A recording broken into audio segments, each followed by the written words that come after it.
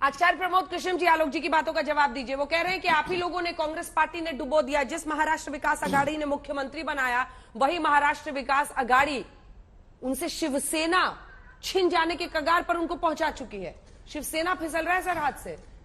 देखिए अंजना जी, पहली बात तो यह, कांग्रेस का इसमें कोई लेना देना नहीं है। कांग्रेस पार्टी पूरी तरह से अपने उस कमिटमेंट के साथ है और वो हमेशा कांग्रेस पार्टी का ये परंपरा रही है कि वो जिसका समर्थन करती है उसका साथ आखिर तक देती है और कांग्रेस पार्टी उद्धव ठाकरे जी के साथ है, इस अलायंस के साथ है।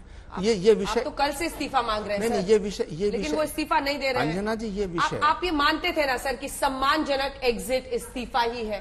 अंजना जी, मैं क्या मानता हूं ये एक अलग विषय है। पार्टी का जो स्टैंड है वो साफ ये है कि हम उद्धव ठाकरे जी के और शिवसेना के साथ खड़े हैं। लेकिन ये झगड़ा कांग्रेस ने नहीं पैदा किया, ये झगड़ा शिवसेना के भीतर पैदा हुआ।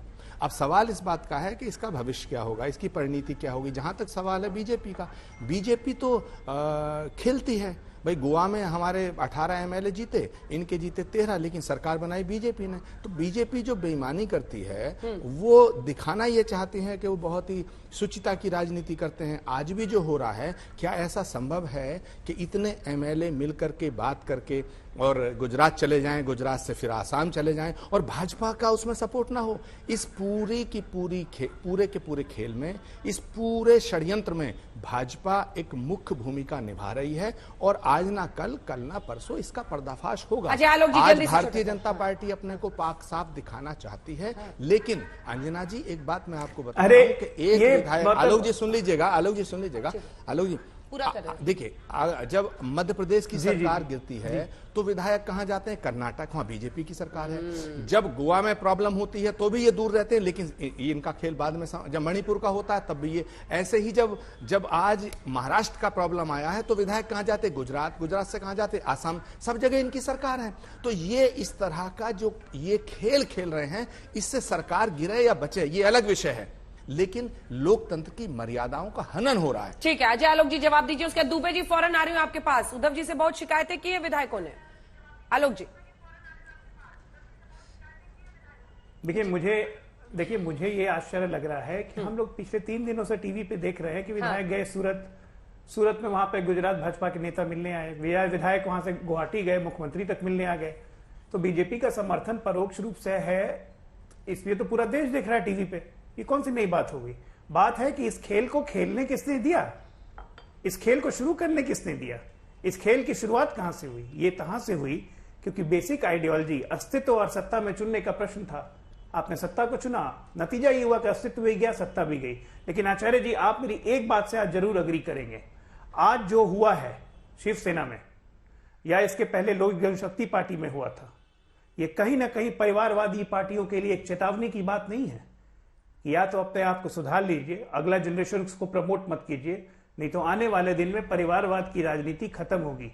आज जो ये शिवसेना में हुआ, कल को यही कांग्रेस पार्टी में हो जाए तो क्या हर कांग्रेसी देश का खुश नहीं होगा कि कांग्रेस का नेतृत्व तो सही हाथों में चुन गया? एक ग्रैंड ओल्ड पार्टी, 70 साल पुरानी पार्टी आज 1.5 साल हो गए, अध्यक्ष तक नहीं ढूंढ पा रही है। क्यों ऐसी अग्नि परीक्षा ले रहे हैं आप प्रमोद जी? क्या ये परिवारवाद क्यों ऐसी अग्नि परीक्षा लेने की कोशिश कर रहे हैं? पहली बात आलोक जी, मैं आपको बताऊं, कांग्रेस वो पार्टी है जिसने हर वक्त हमेशा रीजनल पार्टी का सपोर्ट किया है और संविधान में विश्वास किया है। अगर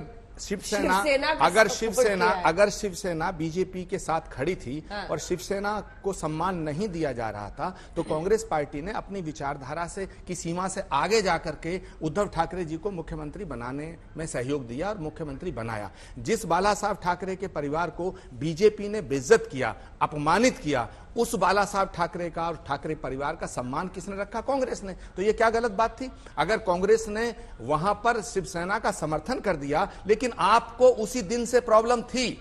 क्यों प्रॉब्लम थी? क्योंकि आप चाहते थे कि पूरे देश के अंदर हिंदुत्व के ऊपर आपका झंडा फहराता रहे, और शिवसेना एक वो पार्टी है जो हिंदुत्व में आपकी भागीदारी उसमें वो छीनना चाहती थी। जो हिंदुत्व की जो पिच है, राजनीतिक पिच जो हिंदुत्व की है, उस पर आप अपना कब्जा चाहते हैं। तो शिवसेना को डैमेज करना चाहते थे और आपका ये षड्यंत्र बहुत दिन से चल रहा था, जो अब मुझे लग रहा है कामयाब हो जाएगा। अब ठीक है, अब इन्होंने फायदा पहुंचाया या नुकसान पहुंचाया, ये दुबे जी बताएंगे। दुबे जी डिकोड कीजिए। छत आने के लिए शिवसेना की मदद आ रही हूँ, प्रवीण कुंटे जी आ रही हूँ। दुबे जी को दिखाइए नहीं, और क्या उनका आलोक 42 जी लोगों बिना की फोटो भाजपा के दिखाइए। समर्थन के, आलोक जी दिल पे हाथ रख के कहिए, क्या बिना भाजपा के समर्थन के, सहयोग के और सपोर्ट के ये इतना बड़ा खेल संभव है? आप बताइएगा। मैं आपका बड़ा सम्मान करता हूं, विद्वान प्रवक्ता आप बताइएगा, ईश्वर को साक्षी रख के कहिए, क्या भाजपा इस खेल में पीछे से नहीं खेल रही है? सारे षड्यंत्र की जड़ भाजपा है या नहीं है? आचार्य जी, नहीं, बिल्कुल नहीं। षड्यंत्र की जड़ भाजपा नहीं है, षड्यंत्र की जड़ भाजपा नहीं है, षड्यंत्र हुआ ही नहीं है, यह स्वाभाविक हुआ है। और जहां तक भाजपा के सपोर्ट की बात की, तो 3 दिन से देश पिक्चर में देख रहा है, गुवाहाटी में मुख्यमंत्री तक मिलने गए। ठीक है, चलिए दुबे जी के पास चलते हैं। दुबे जी, पूरा देश देख रहा है, तो इसमें दुबे जी आप रोज वीडियो प्रमाण, फोटो प्रमाण मानते थे, अब तो 42 का आ गया है। पूरा का पूरा कुनबा निकल चुका है शिवसेना से। अब बताइए कि आचार्य जी की पार्टी ने फायदा पहुंचाया या नुकसान कर दिया? अंजना जी नमस्कार। देखिए, संकट के बादल तो छाए हैं, लेकिन जिस प्रकार से उम्मीद लोग कर रहे थे कि वज्र गिरेगा, बिजली गिरेगी, ऐसा कुछ नहीं है। ये जो 42 विधायक इस समय गुवाहाटी में बैठे हैं, हाँ। उसमें से 35 विधायक ही इलेक्टेड हैं, बाकी सब शिवसेना से इलेक्टेड हैं, बाकी सब अपक्ष हैं।